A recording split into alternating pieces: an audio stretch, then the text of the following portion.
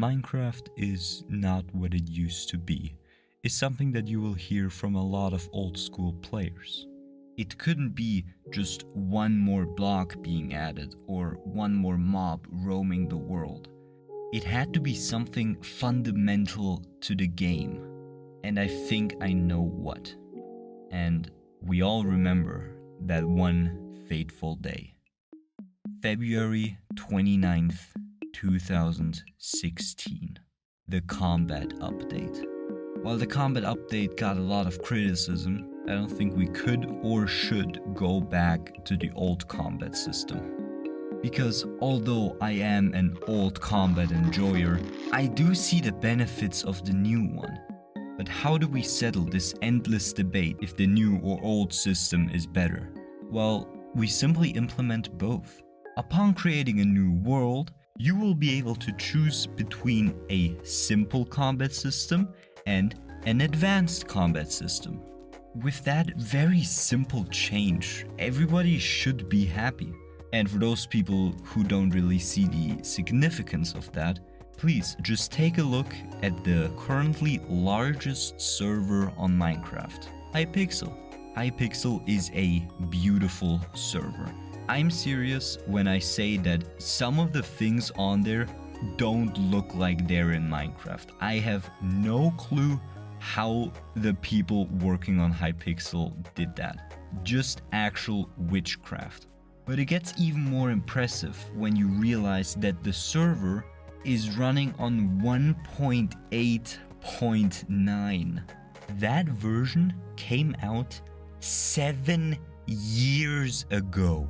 The entirety of Hypixel has been done with half of the things that exist in Minecraft right now. Think of the endless possibilities a server like Hypixel would have with such a simple change. Another thing that definitely needs a change are the updates. Let's get a quick recap on that, shall we? Here are some of the best updates Minecraft has ever had. Starting all the way at 1.4, adding the wither, anvil and command blocks. Going over to the before mentioned 1.9, which added end cities, as well as the previously talked about combat update. 1.13 gave us the entire ocean overall, changing half of the overworld. 1.14 was the village and pillage update. I don't need to say anything. And 1.16 was, I think, the greatest update Minecraft has ever received, giving us a complete nether overall. Now, although I made Minecraft's updates seem really good right now, there are a couple of horrible ones. Let's go over some of them. 1.10 Polar bears and magma blocks. That's it. One mob and one block. It's not even like a complicated block or an interesting mob. It's just a bear and a piece of hot stone. 1.12 coming out with the color update, which gave us colored terracotta and parrots. Wowee, how exciting! And then ending this short list off with 1.15, giving us bees. And that's it. It was just bees. Now, the past couple of updates have actually been pretty decent, so I do have some hope that something like the bee update will never happen again. Although I do have an idea for an update, which I think the community has suggested and wished for probably over half a decade now. It is the end update. So the first thing that I would change is the terrain and world generation of the end. I like the system of beating the Ender Dragon and then going through a portal just to unlock a bigger part of the world. I think that's really cool, so we're gonna keep that. But that bigger world to explore is bland and boring as shit. I think something that would suit the end pretty well are hills and mountains. Especially if you think about adding ores to those islands. since you can't really put them underground or in caves, since the chances of a player just digging through the bottom of an island are way too high when doing that. So I would put those ores on top of hills, starting off with the first one, bluestone. Bluestone can be found on top of end mountains and acts as a redstone alternative. It essentially does the exact same thing as redstone, with the only benefit to it being that you can cross wires with actual redstone without those two signals connecting, making redstone machines much more compact and just easier to handle. The second ore that I want to add can be found in another change in terrain. Big obsidian spikes, kind of like the obsidian pillars in the Ender Dragon fight, but just a bit smaller and, well, spikes.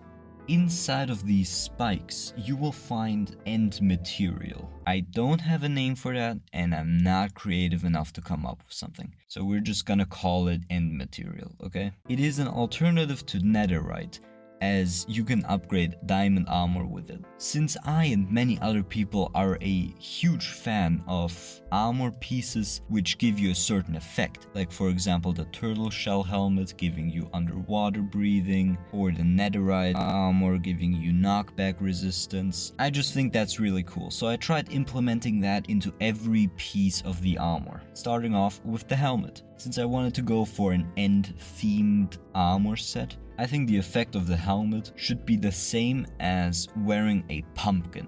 The next one, sticking with the end theme, are the boots.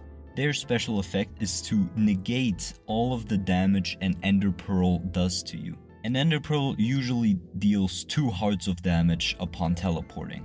Now, the next armor piece is a bit simpler, but still a very charming effect.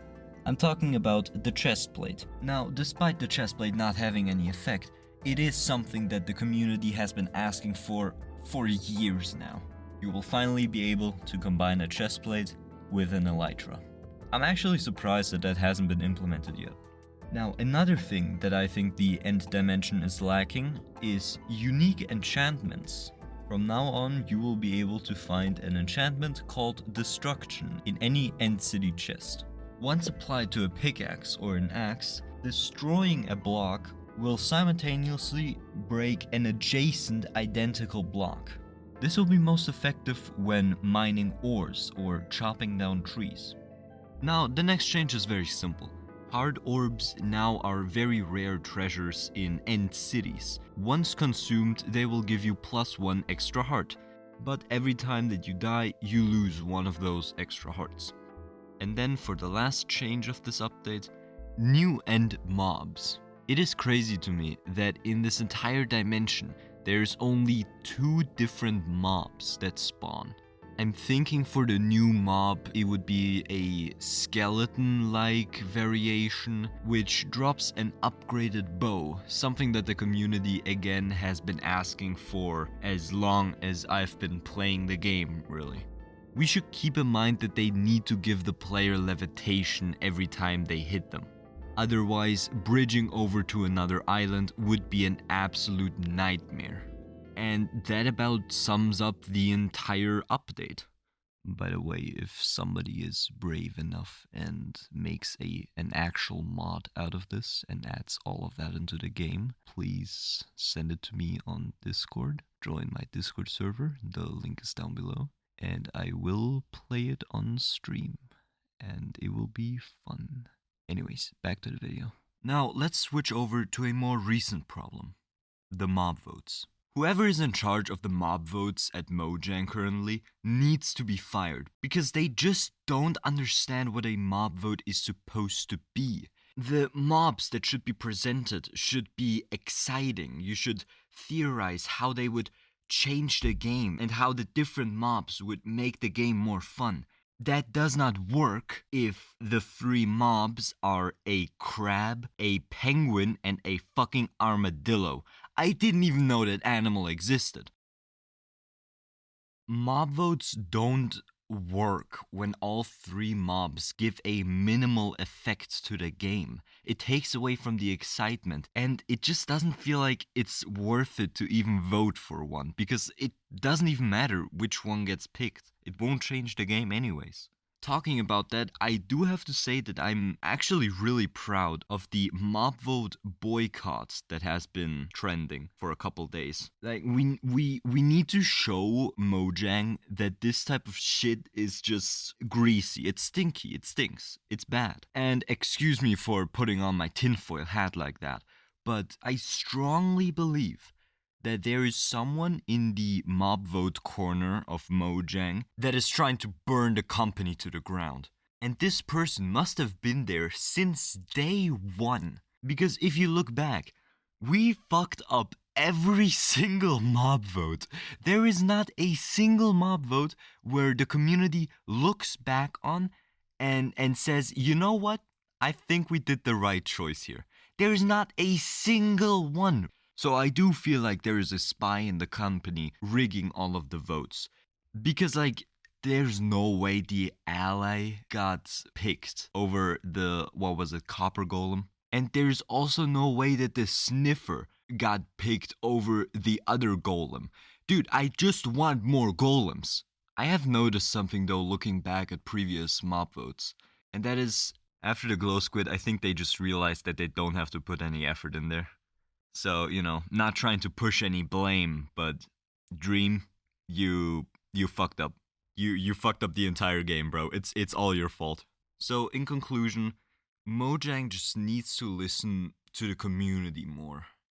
AKA me. Write me an email at dominic.com. No, wait. Or alternatively, they could just hire me and, I'll fix up their game. By the way, this is a real offer in Mojang. If you're watching this, dominic.at@gmail.com. Just, hit me up.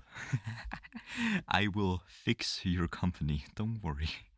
But yeah, that's about all that I really have to say. If you have any suggestions on which game I should tackle on next, you know the place where to write them. But yeah, I guess until next time. Bye.